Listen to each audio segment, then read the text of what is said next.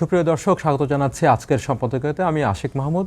সংবিধান সংশোধন কমিটি গঠনে বিএনপির আহ্বানে রাজি নয় জামাতে ইসলাম। তাদের শর্ত সংবিধান সংশোধন নয়, সংস্কার করতে হবে। বাজেটকে বিএনপি বলছে জনমুখী, জামাত বলছে জনবিরোধী। সংসদে জুলাই সনদ বাস্তবায়ন না হলে রাজপথে যাওয়ার কথা বলছে জামাত। বিএনপি বলছে তারা জুলাই সনদ বাস্তবায়নের প্রতিশ্রুতিবদ্ধ। পক্ষে বিপক্ষের এমন যুক্তি তর্ক সমসাময়িক রাজনৈতিক ও প্রাসঙ্গিক বিষয়ে আজকের সম্পাদকীয় বিরোধিতার রাজনীতি এ নিয়ে আলোচনার জন্য স্টুডিওতে আছেন আমাদের সাথে আব্দুল তুষার, গণমাধ্যম ব্যক্তিত্ব। তুষার ভাই, আপনাকে ধন্যবাদ আমাদের সাথে যুক্ত হওয়ার জন্য। আমাদের সাথে আছেন সহকারী সেক্রেটারি জামাতে ইসলাম ঢাকা মহানগর ডক্টর মোহাম্মদ আব্দুল মান্নান, আপনাকেও ধন্যবাদ আমাদের সাথে যুক্ত হওয়ার জন্য। আমাদের সাথে আছেন এম এ আজিজ, প্রধান সম্পাদক দ্য ফাইন্যান্সিয়াল পোস্ট। আজিজ ভাই, আপনাকেও ধন্যবাদ আমাদের সাথে যুক্ত হওয়ার জন্য। এখানেই শুরু করছি। শুরুটা করতে চাই আসলে ডক্টর মোহাম্মদ আব্দুল মান্নান আপনাকে দিয়ে। এই যে প্রধানমন্ত্রী আজ মৌলভীবাজারে গিয়েছেন এবং তিনি তার বক্তব্যে বলেছেন জনবান্ধব বাজেটকে যারা বিরোধিতা করছেন তারা জনগণের বন্ধু নয়। এবং আমরা বাজেট প্রস্তাবিত হওয়ার পর থেকেই, সংসদে প্রস্তাবিত হওয়ার পর থেকে বিরোধিতা শুনছি, কিন্তু এটি মনে হয় সাম্প্রতিক সময়ের এমন একটি বাজেট যে বাজেটের পরে দ্রব্যমূল্যের দাম বাড়েনি, কোনো অংশে দাম কমেছে। এবং এই বাজেটকে বারবার সরকারের পক্ষ থেকে বলা হচ্ছে যে এটি জনবান্ধব বাজেট তৈরি করার চেষ্টা করা হয়েছে অল্প ক্ষমতার মধ্যেই, জনগণের জন্য সমভাবে করার চেষ্টা করা হয়েছে। এই বাজেটের মধ্যে কালো টাকাকে সাদা করার সুবিধা সীমিত করা হয়েছে, এই সুযোগ দেওয়া হয়নি। এরকম বেশ কিছু আলোচনার বিষয়বস্তু আছে। আপনাদের বিরোধিতার জায়গাটা কোথায়? অনেকে বলছে সরকারের পক্ষ থেকে বিশেষ করে বলা হচ্ছে যে বিরোধিতা করার জন্যই এই বাজেটের বিরোধিতা করছে বিরোধী দল। জি, আপনাকে ধন্যবাদ। সহলোচক যারা আছেন সবাইকে ধন্যবাদ জানাই, সম্মানিত দর্শকদেরকে শুভেচ্ছা জানাই। আপনি যে কথা উত্থাপন করেছেন যে বাজেটকে আমরা কেন গণবিরোধী বলছি, দেখেন, আমরা শুধু গণবিরোধী বলি নাই, আমরা এই বাজেটকে উচ্চাভিলাষী বলেছি, আমরা এই বাজেটকে বাস্তবতা বিবর্জিত বলেছি, এবং আমরা বলেছি যে এই বাজেটটা মানুষকে তার যে কাঙ্ক্ষিত লক্ষ্য, জন আকাঙ্ক্ষা, সেটা পূরণে ব্যর্থ হবে। দেখেন, বাজেটকে যদি আপনি আলোচনায় নিয়ে আসেন তাহলে দেখবেন 9,38,000 কোটি টাকার বাজেট। এই বাজেটের রাজস্ব আয় প্রায় 7 লক্ষ কোটি টাকার কাছাকাছি, 6,90,95,000 কোটি নির্ধারণ করা হয়েছে। আপনি বলেন বিগত বছর সমূহের ভিতরে সর্বোচ্চ রেভিনিউ কালেকশন কত? সেই রেভিনিউ কালেকশন যদি আমি সর্বোচ্চটা ধরে প্লাস ধরি গ্রোথ সহ, তাহলে এটা 4 লক্ষ কোটি টাকার প্লাসের বেশি হওয়ার কোনো সুযোগ নাই। 3 লক্ষ সামথিং কাছাকাছি। জি হ্যাঁ, তাহলে এখানে 3 লক্ষ কোটি টাকা মানে এখানে ঘাটতি রয়েছে। এবং বাংলাদেশের যে ঋণ আছে, এই ঋণের যে প্রিন্সিপাল অ্যামাউন্ট দিতে হয় বাৎসরিক, এটাও প্রায় 1.5 লক্ষ কোটি টাকার কাছাকাছি। তাহলে 4.5 লক্ষ কোটি বা 4 লক্ষ প্লাস কোটি টাকা এখানে আমাদের ঘাটতি থাকবে। সেই ঘাটতি মেটানোর জন্য সরকার IMF, বৈদেশিক এবং বেসরকারি ব্যাংক, এই জায়গা থেকে সরকার ঋণ নেওয়ার চিন্তা করছে, কিন্তু এত টাকা ঋণ সরকার পাবে না। এই জায়গা থেকে বলা হচ্ছে যে এই বাজেটটা বাস্তবতা বিবর্জিত, উচ্চাভিলাষী, এবং এটা একটা রেকর্ড দেখানোর জন্য যে বাংলাদেশে এত কোটি টাকার বাজেট আগে কখনো দেওয়া হয়নি। আপনি যদি অন্যদিকে দেখেন তাহলে আপনার 234 কোটি বিলিয়ন ডলার বাংলাদেশ থেকে বিগত 15 বছরে পাচার হয়ে চলে গেছে। এবং আমি এই জায়গাটায় আসতেছি। এই জায়গায় এসে আপনি কাগজে কলমে যে ধরনের মানুষকে কি দিচ্ছেন, মানে কমিটমেন্ট দিচ্ছেন, এই কমিটমেন্টটা বাজেট পাস হওয়ার পরে বাস্তব জায়গায় যখন আপনাকে মেলাতে হবে, সেই জায়গায় আপনি এটা রাখতে পারবেন না। আপনি যখন সরকারি কর্মচারীদের কি দিবেন, পে স্কেল দিবেন, ধাপে ধাপে দিলেও তো দিতে হবে। আপনাকে যখন কর সীমা আপনি বলছেন 25,000 বাড়াই দিয়েছি, কিন্তু ওখানে ট্যাক্স 5% থেকে 10% করে দিয়েছেন। আগে যার 5,000 টাকা 6,000 টাকা কর দিতে হতো তাকে 10 থেকে 12,000 টাকা কর দিতে হবে। সামগ্রিকভাবে করের বোঝা মানুষের কাছে আছে। এবং বাজেট পাস হওয়ার পরে এটা বাস্তবায়নের ক্ষেত্রে যে জীবনযাত্রার প্রতিটা ক্ষেত্রে আমাদের কি হয়ে যাবে, মানে দ্রব্যমূল্যর ঊর্ধ্বগতি হয়ে যাবে, জনগণের ক্রয় ক্ষমতার বাইরে চলে যাবে। এটা হচ্ছে নাম্বার ওয়ান। নাম্বার টু যেটা বলা হচ্ছে যে এই বছরই সর্বোচ্চ পরিমাণ প্রায় 1 লক্ষ কোটি টাকার কাছাকাছি 98,000 সামথিং আমি আজকে সকালে দেখলাম, সেটা মানে ঋণ কি করা হয়েছে, পুনর্তফসিল করা হয়েছে। মানে এই যে পুনর্তফসিল করা ঋণ কিন্তু খুব ভালো কোনো কিছু না। তার মানে আমার টাকাটা সে দিচ্ছে না, আমি ব্যাংক থেকে আবার তাকে টাকা দিয়ে ওইখান থেকে আমি এই টাকাটা আমাকে অ্যাডজাস্ট করে তাকে আরও সুযোগ সুবিধা দিয়ে দিলাম। এস আলম থেকে শুরু করে যত টাকা লুটপাট করে নিয়ে যাওয়া হয়েছে, এই লুটপাটকৃত টাকা কিন্তু আমাদের জিডিপির সাথে যুক্ত হয়ে আছে। এখনো কোনো ব্যাংক কিন্তু এগুলো কি দেয় নাই, কাগজ কলমে বলে না যে এই টাকা আমার নাই, কিন্তু ওই টাকা যে পাওয়া যাবে না এটা বাংলাদেশ ব্যাংকও জানে। এবং আরও একটা মানে ভয়ঙ্কর ব্যাপার যে বাংলাদেশ ব্যাংক এবং সরকার এনডিএ একটা পলিসি করতেছে, নন ডিসক্লোজড এগ্রিমেন্ট, যার মাধ্যম দিয়ে বাংলাদেশ ব্যাংক এবং বাংলাদেশ সরকারের পক্ষে বিভিন্ন গ্রুপ বিদেশে এই পাচারকৃত অর্থ ফেরত আনার জন্য কাজ করবে। কিন্তু সেই পাচারকৃত 100 টাকা ফেরত পাওয়ার পরে সে যদি আমাকে 10 টাকা দিয়ে বলে যে আর পাওয়া যায়নি বা এটাই শেষ, তাহলে আপনাকে কিন্তু সেটাই নিতে হবে। এই যে বিভিন্নমুখী মানে আমাদের যে অর্থনীতি দাঁড় হয়ে যাচ্ছে, এখানে আমাদের ভবিষ্যৎটা খুব অন্ধকারের দিকে চলে যাচ্ছে। আমার খুব স্পেসিফিক একটা প্রশ্ন আছে মামুন ভাই, সেটি হচ্ছে যে আমাদের রিসেন্ট সময়ে গত পরশুদিন টেলিভিশনের সম্পাদকদের সাথে, বার্তা প্রধানদের সাথে একটি বৈঠক ছিল প্রধানমন্ত্রীর সাথে। তিনি সেই আলোচনার মধ্যে তিনি বলছিলেন, সেখানে যদিও ক্যামেরা অ্যালাউড ছিল না, কিন্তু সেই আলোচনা থেকে আমি কোট করছি, তিনি বলছিলেন যে এই যে বাজেটের কথা বলা হয় সেখানে আমাদের বিগত সময়, আপনি বিগত সময়ের কথা বলছিলেন, বিগত সময়ে 16 বিলিয়ন কোটি টাকা হচ্ছে দেশ থেকে পাচার হয়ে গিয়েছে। তিনি বলছিলেন যে আমাদের যে বাজেট ঘাটতি দেখা যায় দৃশ্যত, সেই বাজেট ঘাটতি পূরণ করা সম্ভব শুধুমাত্র এই লিকেজগুলো বন্ধ করার চেষ্টা করে।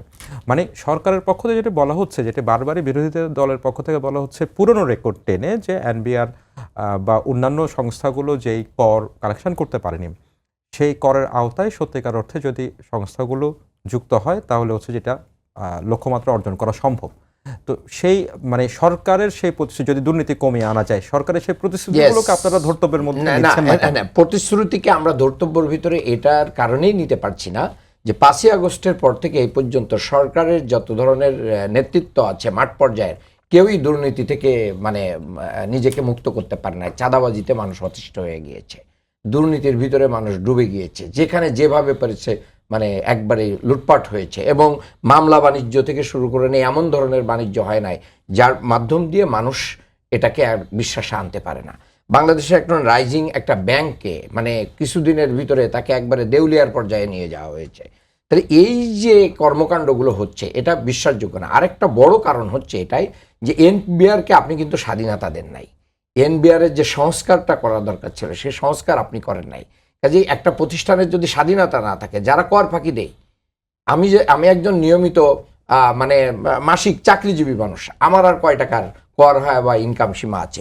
যারা হাজার হাজার কোটি টাকার ট্যাক্স দেওয়ার কথা সে তো ওইখান থেকে ফাঁকি দিচ্ছে, ম্যানেজ করে দিচ্ছে। আপনি বলেন যে এর বাইরে কি ওই সংস্থার মানে এই অ্যাবিলিটি আছে এনবিআরের যে আমার বিএনপির কোনো বড় নেতার বিরুদ্ধে এটা রিপোর্ট দেওয়া, অথবা বিএনপিপন্থী অথবা সরকারের ভালোবাসার মানে যারা শিখত এরকম একজন ব্যবসায়ীকে একটা চিঠি ধরায় দেয়া যে আপনি এত টাকা খেলাপি আছেন, আপনাকে এটা দিতে হবে? এই সক্ষমতা নাই। ওইখান থেকে আবার সরকারের উপর মহল থেকে তদবির হয়। এই যে জায়গাগুলো আমাদের রয়েছে, এটা খুব আর একটা জিনিস হচ্ছে ভূমি, এই যে ঢাকা শহরের বাড়ি এবং ফ্ল্যাটের যে করগুলো আছে, এটা তো আরও মানে ভয়ঙ্কর রূপ ধারণ করছে। মনে করেন আপনার এই বিল্ডিংটা, এর জমির দাম আপনার কিনা ছিল বাপের আমলে বা পৈতৃক ভিটা, এখন এটাকে কারেন্ট দামে ভ্যালুয়েশন করে যদি আপনার কাছ থেকে এগুলোর ট্যাক্স এবং কর নেওয়া হয়, তাহলে আপনি কিভাবে এটা পেইড করবেন? এটা কিভাবে এখান থেকে তো আপনার ওই হারে। কিন্তু ইনফরমেশনের অর্থে বলছি, পুরো পৃথিবীর জুড়ে কিন্তু নিয়মটা এরকমই, কর নির্ধারিত হয় সেই বাজারকে কেন্দ্র করে। আপনাকে আয় সীমা থেকে ধরতে হবে। আমি যদি বিক্রি করি, আমি যদি সেল করি, তাহলে আমার কারেন্ট ভ্যালু থেকে আপনি কি নিতে পারবেন? ট্যাক্স নিতে পারবেন। কিন্তু কারেন্ট ভ্যালু থেকে আপনি রেগুলার বার্ষিক ট্যাক্স নিতে পারেন না, কারণ এখান থেকে আমার কোনো আয় হয় না। আমি কি জমি বিক্রি করে, বিল্ডিং আছে, এই জমি বিক্রি করে আমি কি দিব? ট্যাক্স দিব না। কিন্তু সেই অর্থে তো যেই সম্পদ তৈরি হয়, যেই সম্পদের মূল্য বাড়ে, সেই সম্পদের ব্যবহারিক যেই মূল্য রিটার্ন হয়, যে রিটার্ন, সেই রিটার্নের রিটার্ন মাত্রাও আপনি বাড়ে। ফ্ল্যাট ভাড়া থেকে তার ইনকাম থেকে আপনি ট্যাক্স নিতে পারবেন। মানে যেই বাড়ি ভাড়া ছিল একসময় 5,000 টাকা ঢাকা শহরে, সেই বাড়ি ভাড়া এখন 50,000 তাহলে টাকা। আপনি বাড়ি ভাড়া থেকে আপনি নিতে পারবেন তার সামগ্রিক বিষয় থেকে, তার ইনকাম থেকে। কিন্তু যদি জমির মূল্য থেকে তার ওইভাবে ট্যাক্স আরোপ করে দেন, তাহলে তো এই দেশের মানে এই ঢাকা শহরের মানুষ তো কেউ বসবাস করতে পারে। জি, ধন্যবাদ। আমি একই প্রশ্ন আসবে আপনার কাছে, যে আপনার কাছে কি মনে হচ্ছে যে মানে এই আলোচনাটা কিন্তু সরকারের পক্ষ থেকে বারবার বলা হচ্ছে যে বিরোধী দল বিরোধিতার স্বার্থেই শুধুমাত্র এই বাজেটের বিরোধিতা করছে, বা যেই প্রসঙ্গগুলো মানুষ ভাই নিয়ে আসলেন সেই প্রসঙ্গগুলো আনছে। এবার প্রথম বিরোধী দল থেকে কিন্তু আর একটা বাজেট ঘোষণা করা হয়েছে এবং এটা সংসদে দেওয়া হয়েছে। ওনার যদি ওই বাজেটটাও যদি এই সরকার গ্রহণ করত, তাহলেও বিরোধী দল, আমাদের রাজনৈতিক কালচার, বাজেট দিলেই তার বিরোধিতা করতে হবে, ব্যাপারটা এরকম।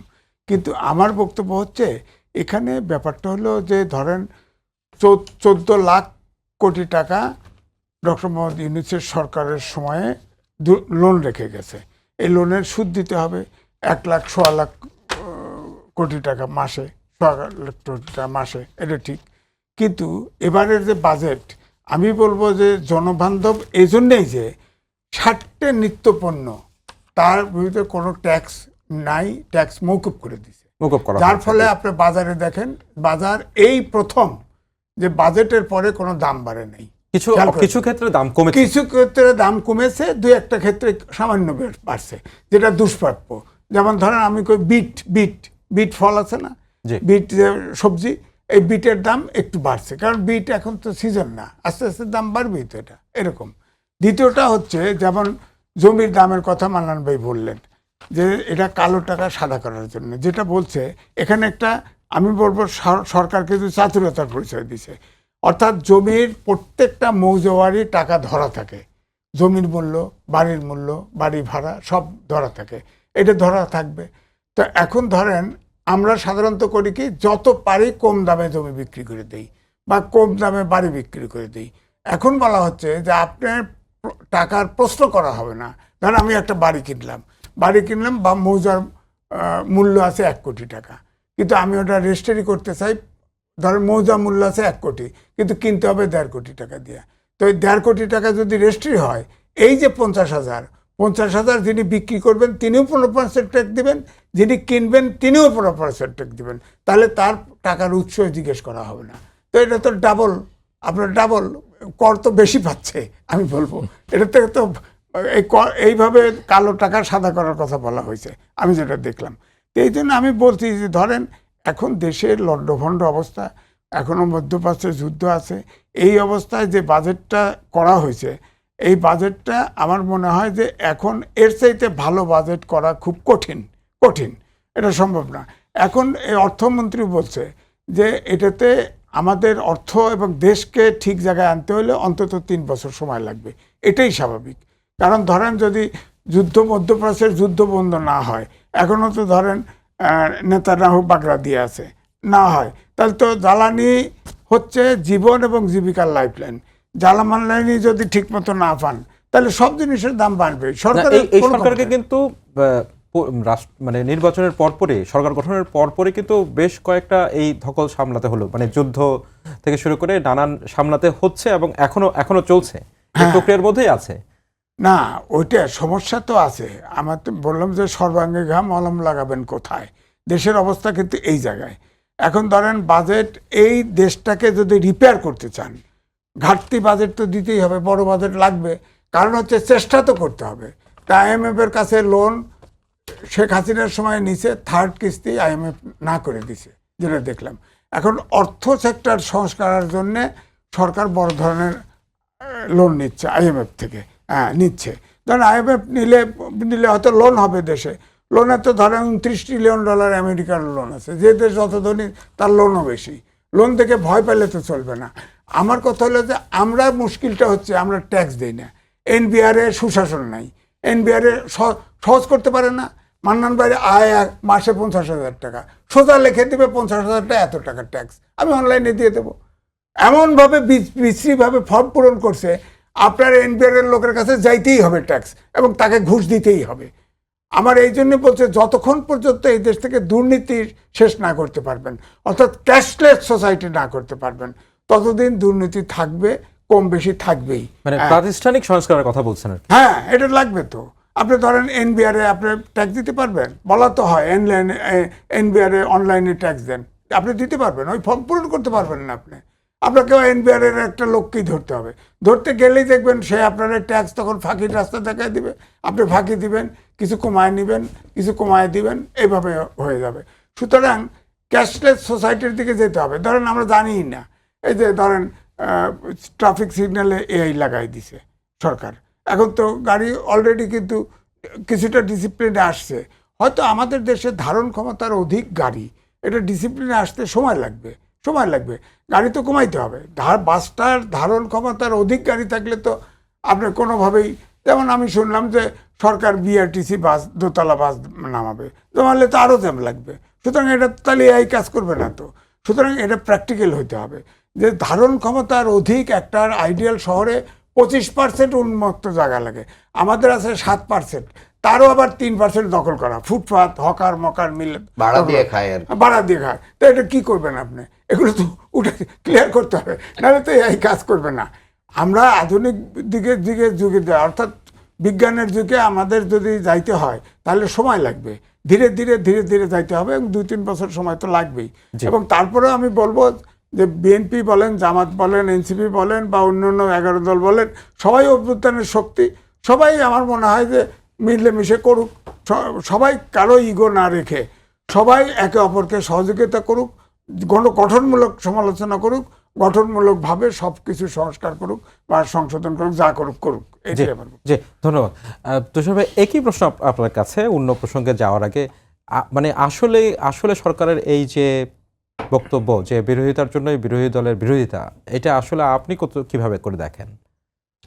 বিরোধী দল সরকারের বিরোধিতা করবে না, সরকারের পক্ষ নিবে? সরকারকে এটা আশা করেন যে বিরোধী দল সরকারের বিরোধিতা করবে না, সরকারের প্রশংসা করবে? এটা আশা করি তো সরকারের উচিত না। প্রথমত, বিরোধী দল যেখানে সমালোচনার সুযোগ পাবে সেখানে সমালোচনা করবে, এবং বাজেট তো কোনো এমন বিষয় না যেটার মধ্যে কোথাও কোনো ধরনের পরিবর্তনের সুযোগ থাকে না, অথবা বাজেটের সব জায়গায় একদম এমন হয় যে মানে সব কিছু মানুষের শুধু ভালোই হচ্ছে। ব্যাপারটা তো তা না। বাজেট নিয়ে আসলে সাধারণ মানুষের উৎকণ্ঠা কোথায় থাকে? জিনিসপত্রের দাম বাড়বে কিনা, অথবা তাকে অতিরিক্ত ব্যক্তিগত কর দিতে হবে কিনা। বাজেটে যে আমরা ভ্যাট দিই, পরোক্ষ কর যেগুলো দিই, সেগুলো তো আমরা বুঝতে পারি না, আমরা দিয়ে ফেলি। যেমন ধরেন প্রত্যেকটা জিনিস কেনার সময় রিক্সাওয়ালা ভ্যাট দেয়, আমিও ভ্যাট দিই, তো ওইটা তো আর আমাদের দেশে পরোক্ষ করটা সবচেয়ে বেশি। হ্যাঁ, পরোক্ষ কর যেখানেই থাকুক সবাই তো একই হারে দেয়, যে যত খরচ করে সে তত দেয়। কিন্তু আমি আপনাকে কিছু জিনিস বলি। প্রথম হচ্ছে, সবসময় একদল লোক বলার চেষ্টা করেন বাংলাদেশ থেকে যত টাকা চুরি হয়ে গিয়েছে, এটা যদি থাকতো তাহলে আমাদের বাজারে টাকার অভাব হতো না। টাকা তো চুরি হয়েছে, ব্যক্তির টাকা, সরকারের টাকা না। ব্যাংক থেকে যে টাকাটা চুরি হয়েছে এটা ব্যক্তির আমানত, এটা তো সরকারি টাকা চুরি করে নিয়ে যায়নি। ব্যক্তির আমানত চুরি হয়েছে। ব্যক্তির আমানত যদি সরকার বাজেটের পরে নিতে চাইতেন তাহলে তো লোনই নিতে হইতো ব্যাংক থেকে। সুতরাং সরকার যত বড় বাজেট বানাবেন, ব্যাংক থেকে তিনি লোন নেবেন। এই টাকা ব্যাংকে থাকলেও সরকারকে এই বছর 2 লক্ষ কোটি টাকা লোন নিতে হইতো, বা 1 লক্ষ কোটি টাকা লোন নিতে হইতো। না থাকলেও 1 লক্ষ কোটি টাকা লোন নিতে হচ্ছে।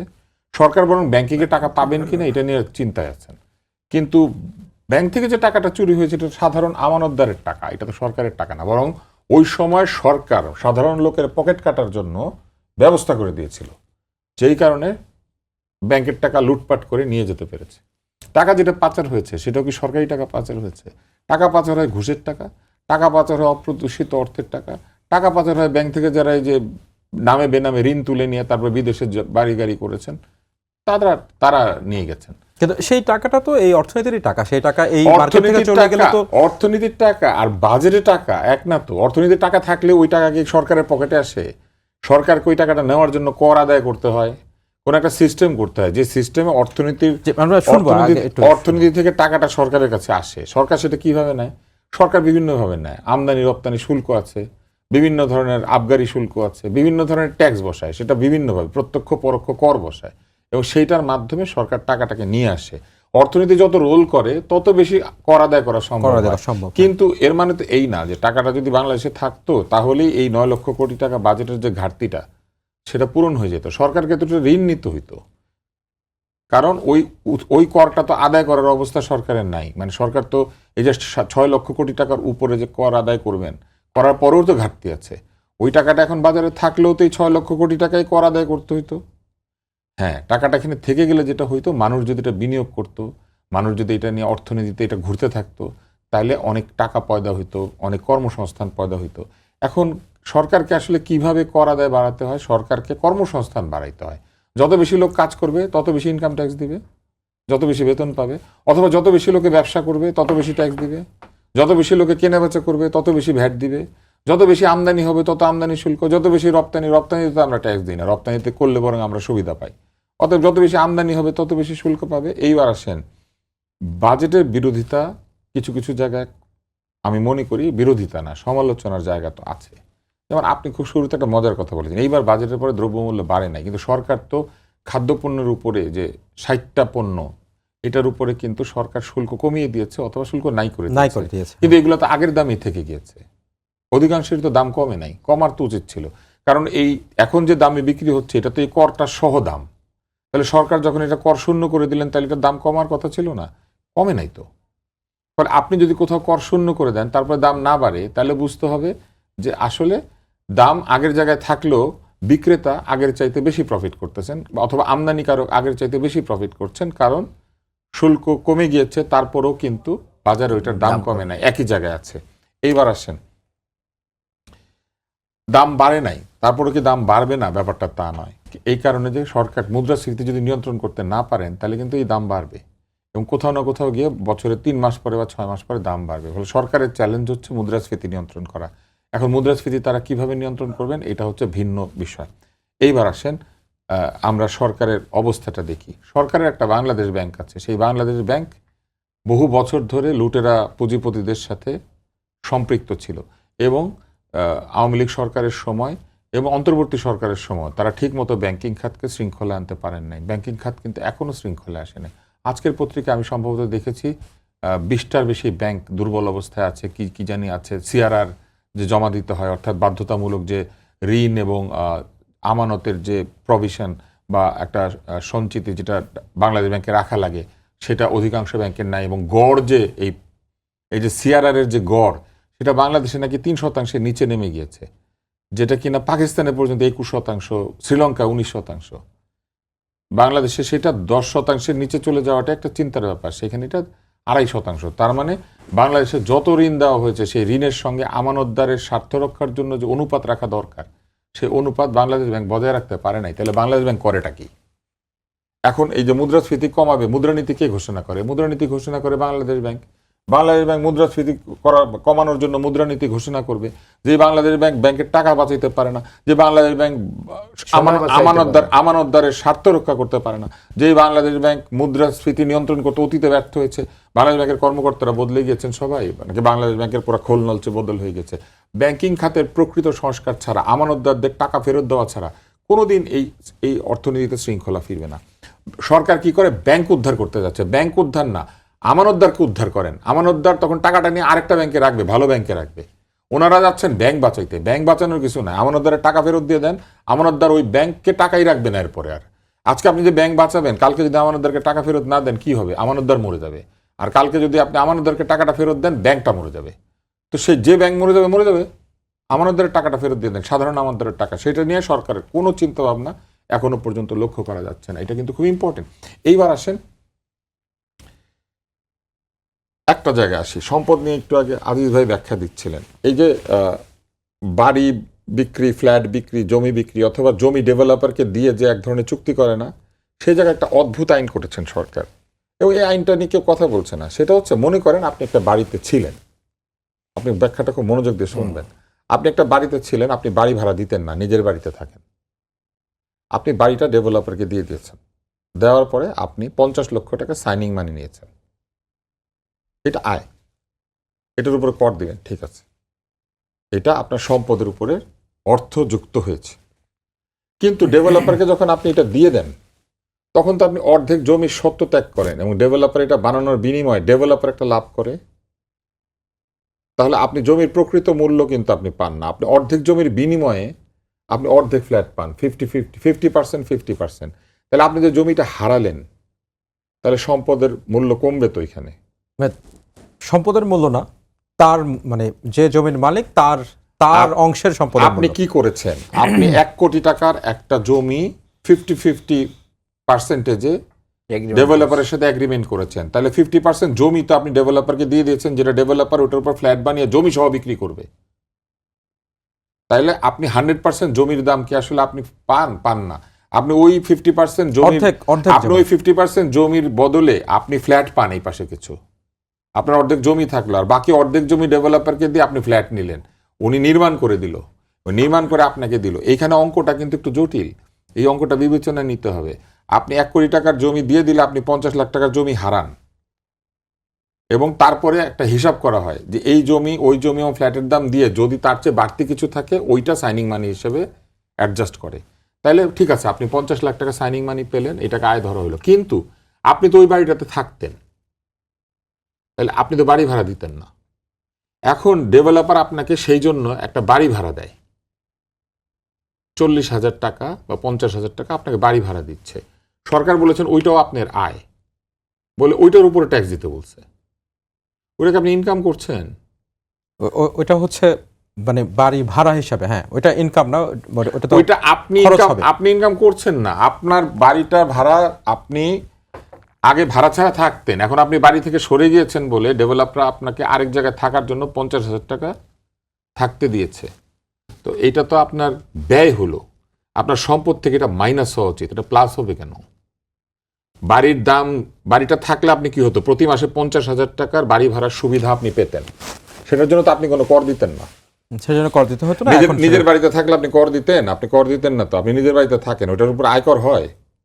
তো আপনি নিজের বাড়িটা একজনকে বানাতে দিয়েছেন বলে ডেভেলপার আপনাকে ওই সময়টুকু পুনর্বাসনের জন্য আরেকটা জায়গায় থাকতে দিয়েছে।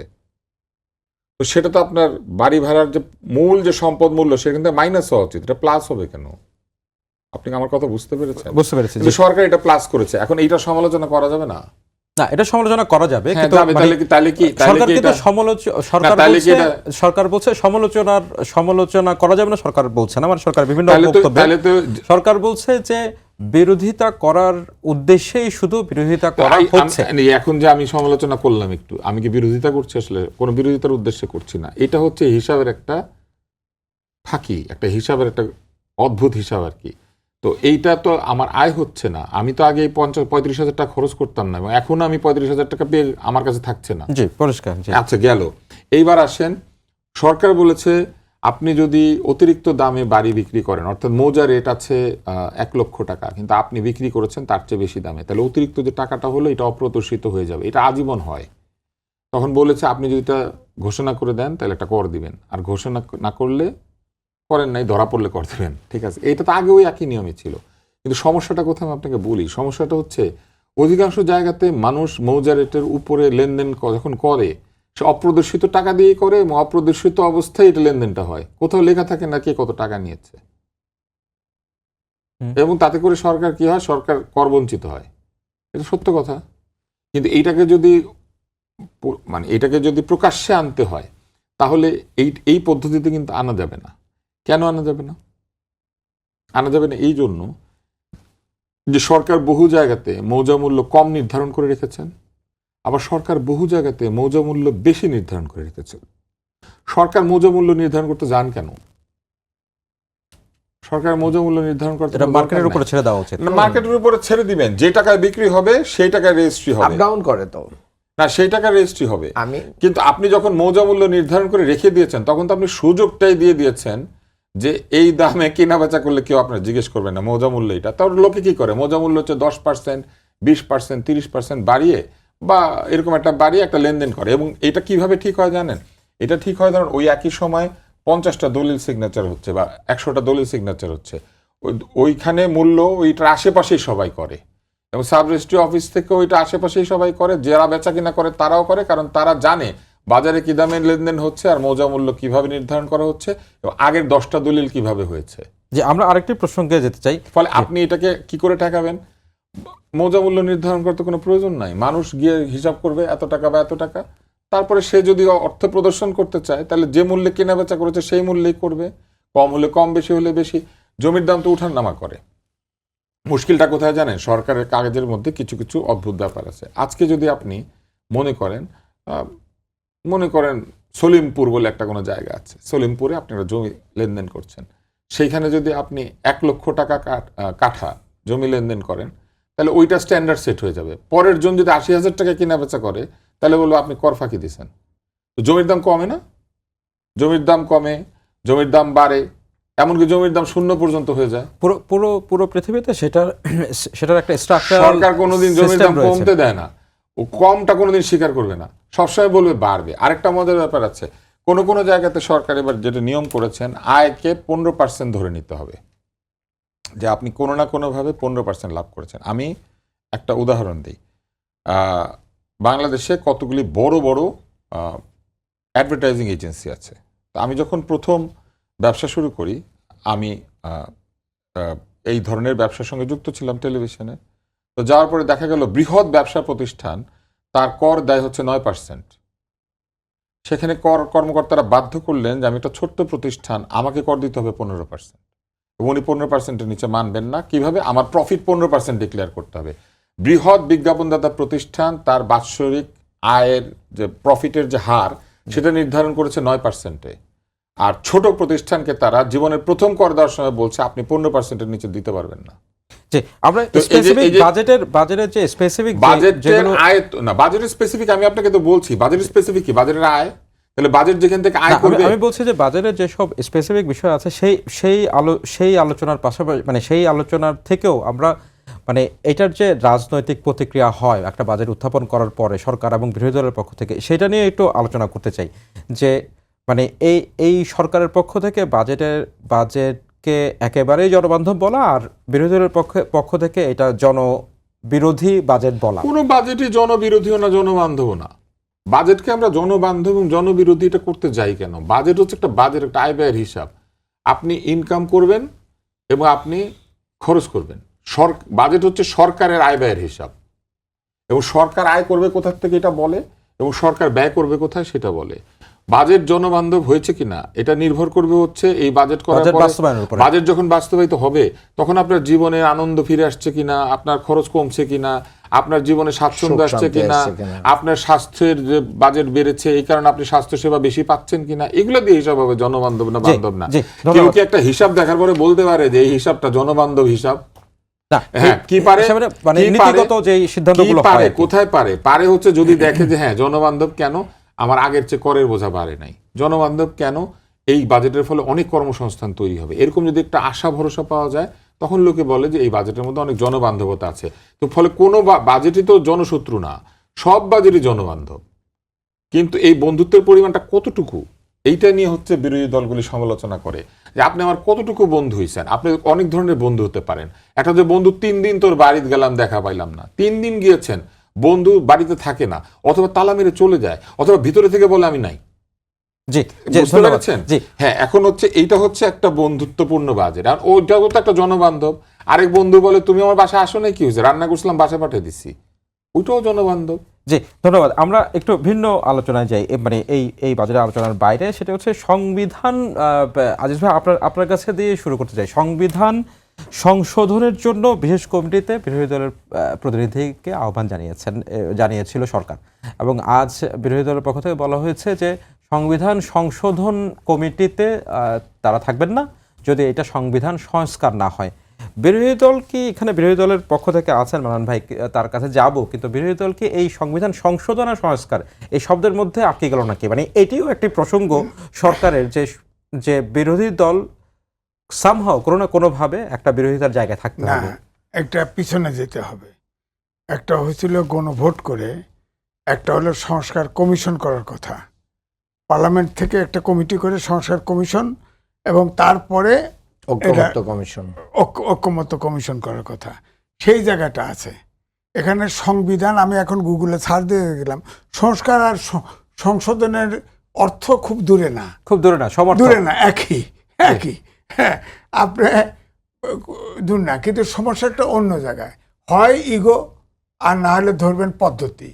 সংস্কার অর্থাৎ সংবিধান সংস্কার পরিষদ করলে ওনারা বলতে চাচ্ছে সংবিধানের আমূল পরিবর্তন করা যাবে, এবং গণভোটে যেটা রায় আসছে সেই রায়টির সাথে হুবহু বাস্তবায়ন করতে হবে এই জায়গায়। আর সরকার বলতেছে যে না, সংবিধান অনুযায়ী সংবিধানের সংশোধন ছাড়া সংস্কার শব্দই নাই। হ্যাঁ, কিন্তু আপনার 2000 কত সালে 41 দফা দিয়েছিল বিএনপি, সেখানে সংস্কার লেখা আছে 31 দফায় সংস্কার লেখা আছে। তো তখন হয়তো সংবিধান হয়তো খেয়াল করে না যে ড্রাফট করছে সংস্কার, সংস্কার বলতে সংশোধন একই বুঝছে হয়তো।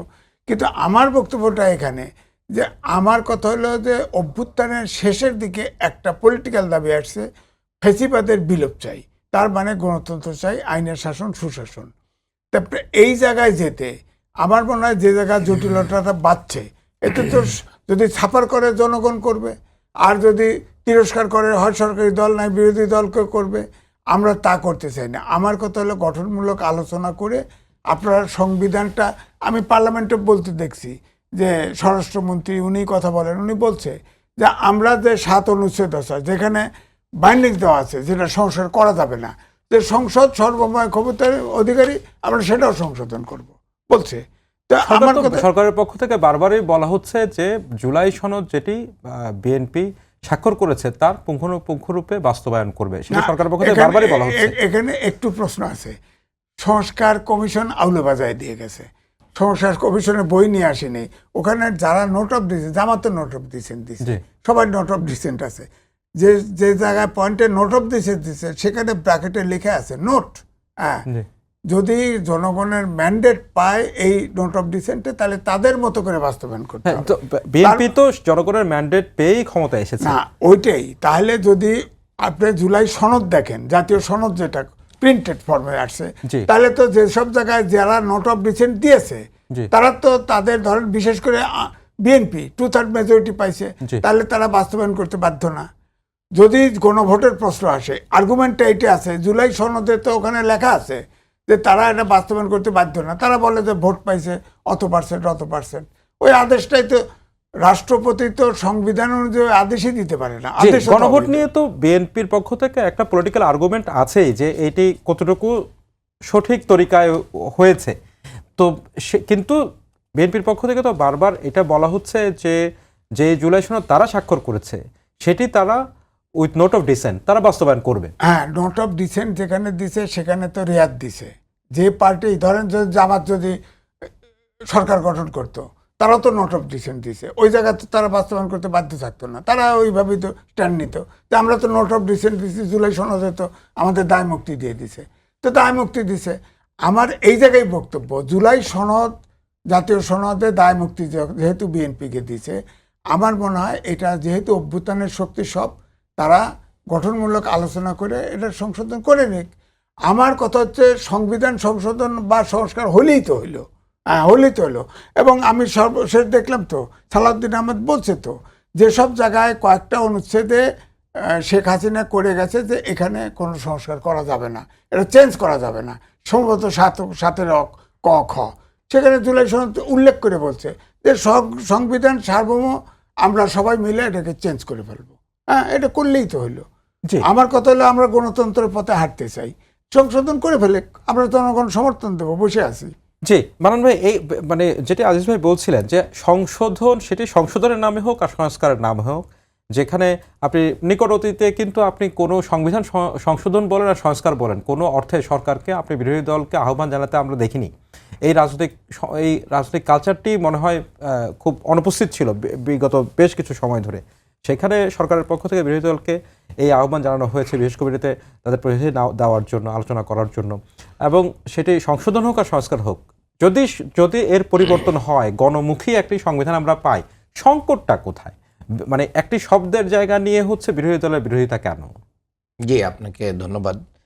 দেখেন, এটার আলোচনা করতে গেলে তো পিছনে যেতে হবে, কিন্তু পিছনে যাওয়ার সময় খুব কম। আমি আপনাকে মোটা দাগে যেটা বলতে চাই যে 15 বছর আমরা কিন্তু ফ্যাসিবাদের শিকার ছিলাম। আমি ডামির নির্বাচন হয়েছে, আমরা কিছু করতে পারি নাই। শুধুমাত্র সংবিধানের দোহাই দিয়ে, সংবিধান রক্ষার দোহাই দিয়েই কিন্তু জনগণকে বঞ্চিত করা হয়েছে, তার ভোট অধিকার থেকে বঞ্চিত করা হয়েছে, গুম খুন আয়নাঘর তৈরি করা হয়েছে, সাংবিধানিক প্রতিষ্ঠানগুলোকে দলীয় প্রতিষ্ঠানে পরিণত করা হয়েছে। সংবিধান লঙ্ঘন করেই তো এটা হয়েছে। সংবিধানকে তো মানা হয় নাই, সংবিধানকে কাটাছাড়া করা হয়েছে ইচ্ছা মতন। সেই প্রশ্ন সরকারও করে না, সরকার করে। আজকে যে জায়গাগুলো মানে এরকম করে যাতে কেউ করতে না পারে, এই জন্য সংস্কার প্রয়োজন।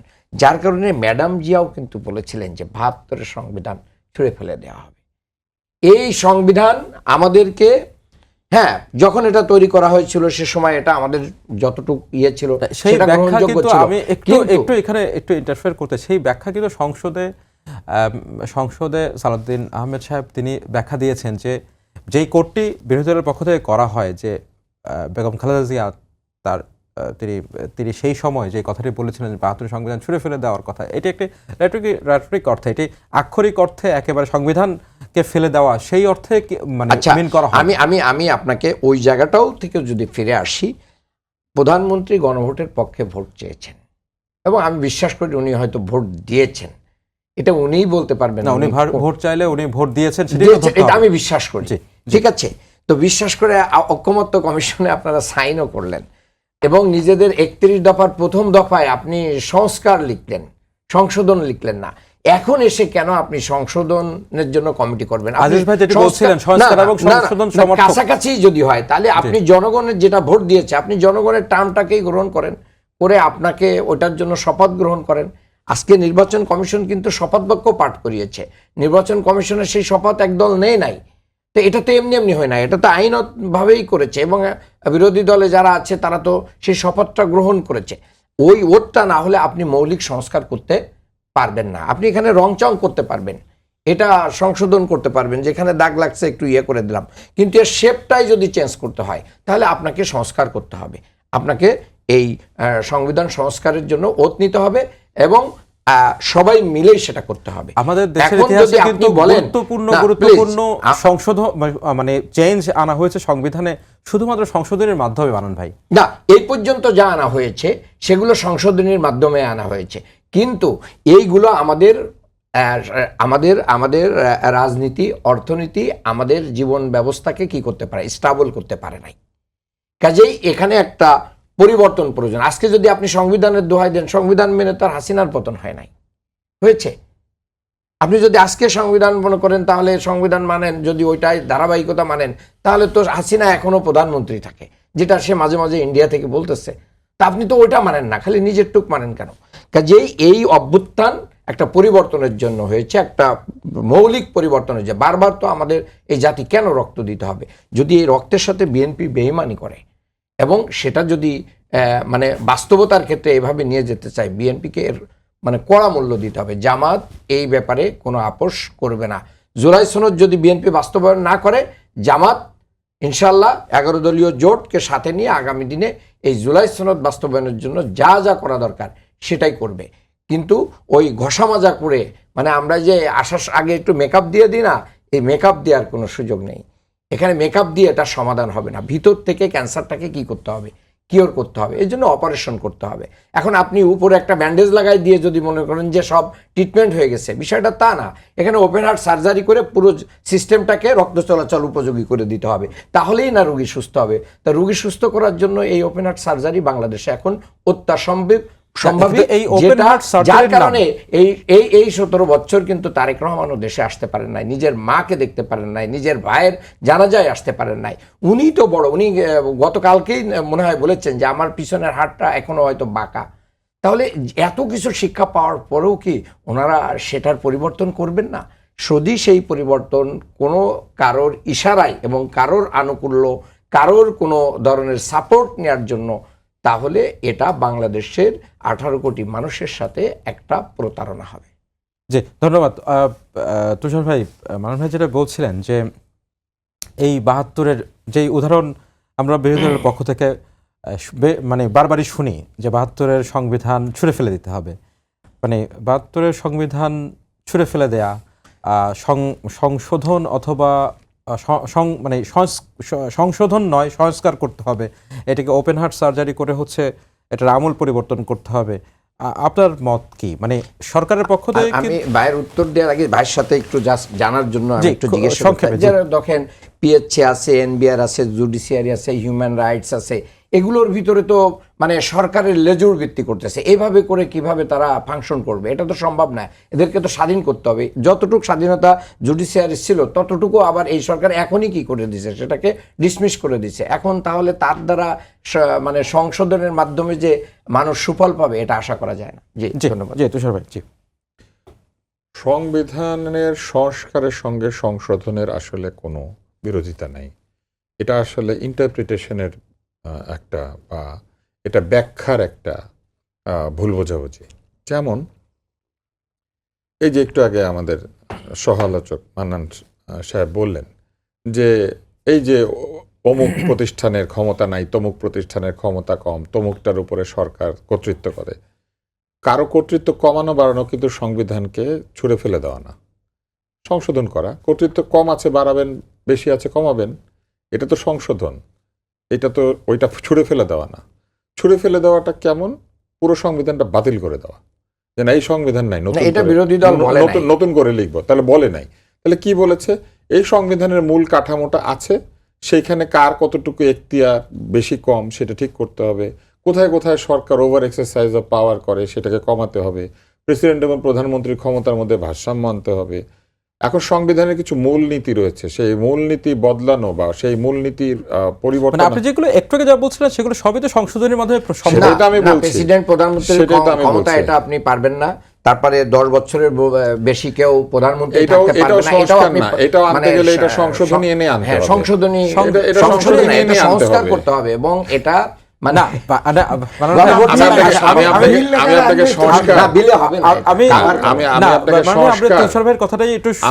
সংস্কার আর পুনর্নির্মাণের মধ্যে তফাৎটা বলি। মানে সংস্কার কি? সংস্কার হচ্ছে কোন একটা বাড়ি আছে মনে করেন, এটাকে আপনি সংস্কার করছেন। সেটা কি করছেন? জানালাটা একদিকে আছে, বন্ধ করে দিয়ে আরেকদিকে একটা জানালা কাটলেন। বারান্দা নাই, একটা বারান্দা যুক্ত করলেন। কিংবা ছাদের মধ্যে বাগান নাই, বাগান করলেন। এগুলো হচ্ছে সংস্কার। আর পুনর্নির্মাণ হচ্ছে বাড়িটাকে ফেলে দিলেন, নাই আবার তৈরি করলেন। ওনারা সংস্কার বলতে যেটা বুঝেন ওইটা হচ্ছে ওই বাড়িটাকে ফেলে দিয়ে একটা নতুন সংবিধান তৈরি করা। তা না হলে সংশোধনী হচ্ছে সংবিধানকে ঠিক করার প্রক্রিয়া। সংবিধানের মতো চলবে। যেখানে যেখানে অসুবিধা বোধ করেছে সংসদ বসে সেসব জায়গাতে আইনের পরিবর্তন আনবে, সাংবিধানিক যে ধারাগুলি আছে সেটা পরিবর্তন আনবে, পরিবর্তন এনে সেটাকে সংশোধন করবে। যেমন এই যে তত্ত্বাবধায়ক সরকার পদ্ধতি, এটার জন্য কিন্তু গণভোট হয়েছিল। তত্ত্বাবধায়ক সরকার পদ্ধতি বাংলাদেশে আসবে কি আসবে না, এবং শুধু তাই না, একই সাথে কিন্তু এটাও এসেছিল যে প্রেসিডেন্ট পদ্ধতি পাল্টে গিয়ে যে পার্লামেন্টারি পদ্ধতি চালু হবে, গণভোট হয়েছিল না? হ্যাঁ, তাতে কি সংবিধানটা ছুঁড়ে ফেলে দিতে হয়েছিল? সংবিধানের একটা মূলনীতির পরিবর্তন হয়েছিল। তাতে কি 72-এর সংবিধান, 75-এর সংবিধান, 78-এর সংবিধান, বিভিন্ন সাল দিয়ে আমাদেরকে সংবিধান বলে। আপনি কিন্তু এটা মনে করেন সাল দিয়ে সংবিধানের হিসাব হবে কেন? বাংলাদেশের সংবিধান এটা যেদিন থেকে গৃহীত হয়েছে সেদিন থেকে এটা একটা চলমান প্রক্রিয়া। এইটা সংশোধিত হবে সময় সময় তার প্রয়োজন অনুযায়ী। অতএব ওই যে প্রেসিডেন্ট পদ্ধতি থেকে পার্লামেন্টারি পদ্ধতিতে আসলো, তখন কি সব দলগুলি বলেছিল সংবিধানটাকে ছুঁড়ে ফেলে দেন? ছুঁড়ে ফেলে দেওয়ার কিছু নাই। সংবিধান কোথাও ছুঁড়ে ফেলে দেয় না। সংবিধান টাইম টু টাইম এইটাকে পরিবর্তিত করে সংশোধনীর মাধ্যমে, সেটাই হবে। আর বিএনপির ম্যানিফেস্টো কি ছিল সেটাও বিবেচনায় নিতে হবে। বিএনপি কি কোথাও বলেছিল যে তারা তাদের ম্যানিফেস্টোর বাইরে গিয়ে সবকিছু মেনে নেবে? মোটেও বলে নাই। তারা তাদের ম্যানিফেস্টোর মধ্যে এটা বলেছে, এবং গণভোটের মধ্যে একটা ধারার মধ্যে ছিল যে দলগুলি তাদের ভোটারদের কাছে দেওয়া ম্যানিফেস্টো অনুযায়ী বিভিন্ন কাজ করবে। 4 নম্বর প্রশ্নের মধ্যে এটা ছিল। কিন্তু শুরুর দিকে কিছু জিনিস ওই অন্তর্বর্তী সরকার 3 প্রশ্নের মধ্যে ঢুকিয়ে দিয়েছিল, যেটা কিন্তু বিএনপি তখনই সমালোচনা করেছে, বিরোধিতা করেছে, এবং বিএনপি তার যেই ম্যানিফেস্টো সেই পজিশন থেকে সরে নাই। বিএনপি সেই পজিশন থেকে যেহেতু সরে নাই, বিএনপি মনে করছে যে তার সেই পজিশন পুরোপুরি ব্যাখ্যা করে সে ইলেকশন করেছে। ওখানে বলছে যে তুষার ভাই বলছে যে আমরা যেটা স্বাক্ষর করেছি সেটাই তো বিএনপি বলেছে যে যেখানে যেখানে তারা আপত্তি করেছিল, তারা বলেছিল আমাদের আপত্তির জায়গাগুলি আমরা আমাদের আপত্তি অনুযায়ী সংশোধন করব।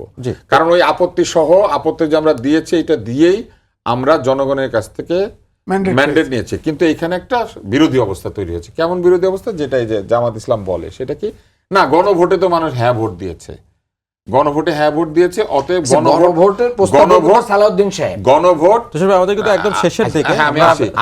ওনারা যেটা বলে সেটা হচ্ছে গণভোট হচ্ছে সংসদীয় নির্বাচনের উপরে স্থাপিত হবে। ঠিক আছে, মুশকিলটা হলো এই গণভোট যে আদেশ এবং যেভাবে হয়েছে সেটাই সংবিধান সম্মতভাবে হয় নাই। ফলে এখানে একটা জটিল অবস্থা রয়ে গিয়েছে এবং এই জটিল অবস্থাটা তৈরি হয়েছে আরো চমৎকারভাবে গণভোট আর এটা তো একই দিনে হয়েছে, কোনটা আগে আর কোনটা পরে এটা আপনি কিভাবে হিসাব করবেন, কে কার উপরে প্রযুক্ত হবে, এটা হচ্ছে একটা জায়গা। আরেকটা হচ্ছে এই গণভোটে সকলেই যে ভোট দিয়েছেন, এই হ্যাঁ ভোট দেওয়ার জন্য একটা বিরাট কারণ ছিল নির্বাচনটা হওয়া, যেটা আবার সালাউদ্দিন সাহেব সংসদের মধ্যে বলেছেন যে নির্বাচন যাতে হয় সেই জন্য আমরা অনেক জায়গায় আপত্তি সহ মোটা দাগে হ্যাঁ ভোট দিয়েছি। এক ধরনের হিপোক্রেসি। আমি একটু দুইজনের কাছেই জানতে চাই, আমাদের আমার দুইজনের কাছেই জানতে চাই। ইয়েস, আমার 30 সেকেন্ডসের কম লাগবে। আমার হচ্ছে আমরা এই সংসদে একজন প্রধানমন্ত্রীর সময়কাল 10 বছর করতে চাই, এখানে একটা উচ্চ কক্ষ নিম্ন কক্ষ করতে চাই, যেটা বিএনপিও একমত। দুইটা ব্যাপারে এটা কিভাবে সংশোধনের মাধ্যমে প্রতিষ্ঠিত হবে উইদাউট সংস্কার? সংস্কার হবে এই কারণেই যে বলছে যে ওখানে নোট অফ ডিসেন্ট দেওয়া আছে শুধু অনুপাত হারে, অনুপাত হারে উচ্চ কক্ষ বিএনপি রাজি না, আপনারা করেছেন কিন্তু এটা করতে পারবে না। এই জিনিসটা তো নাই, সংস্কার তো কোথায় সংশোধন হবে? আমার যেটা যার অস্তিত্ব নাই, উচ্চ কক্ষ নিম্ন কক্ষের অস্তিত্বই নাই, আপনি সেখানে কি সংশোধন করবেন? আমি প্রশ্ন করেছি যেই দুটি বিষয়ের কথা বললেন মারান ভাই, যে উচ্চ কক্ষ নিম্ন কক্ষ এবং প্রধানমন্ত্রীর সময়কাল 10 বছর করা, এই দুই মেয়াদে 10 বছর করা, এটাই সংসদে রাজি হলে তো হবে না। এখন পার্লামেন্টারি সিস্টেম, বিএনপি বিরোধী জামাত বিরোধী দল যে কমিটি করতে চাইছিল, আমার কথা হলো সংস্কার আর সংশোধন এই কথার ভিতরে থাকলে তো সমাধান হবে না। তো আপনি কমিটির ভিতরে সালাউদ্দিন সাহেব বলছে যে তারা মৌলিক জায়গায়ও সংস্কার করতে রাজি, এটা সংশোধনের মাধ্যমে এই দুইটা করা যায় না। ঠিক অনুরূপ ভাবে আরো অনেকগুলো বিষয় আছে যা এই সংশোধনের মাধ্যমে করা সম্ভব না। এটা করতে গেলে সংস্কার করতে হবে এবং এটা গণভোটের রায় লাগবে। আজিজ ভাই, প্রশ্নটি হচ্ছে যে প্রধানমন্ত্রীর 2 মেয়াদে 10 বছর যে ক্ষমতাকাল, 10 বছর বিএনপির পক্ষ থেকে সেখানে নোট অফ ডিসেন্ট আছে, বিএনপি বলছে যে পরপর 10 বছরের বেশি প্রধানমন্ত্রীর সময়সীমা 10 বছরের বেশি হবে না। এই যে প্রস্তাবনা, এটি সংসদে সংশোধনের মাধ্যমে বাস্তবায়ন করা সম্ভব নাকি সম্ভব?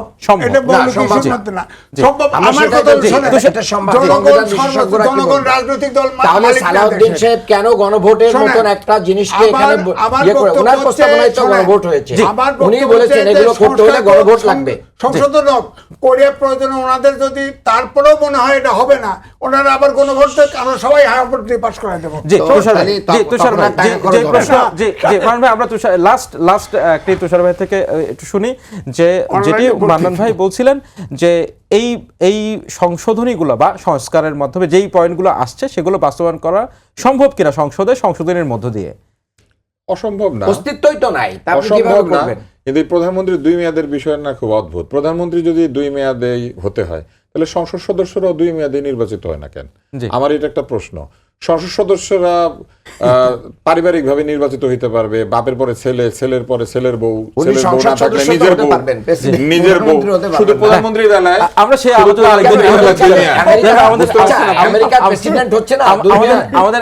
আমাদের অনুষ্ঠান শেষ করতে হবে। আমেরিকাতে তো 2 মেয়াদে হচ্ছে। এমনিতে আমেরিকা ভালো লাগে না, শুধু এই সময় ভালো লাগে না। আমাদেরকে অনুষ্ঠানটা শেষ করতে হচ্ছে এখন। ধন্যবাদ আমাদের সবাইকে।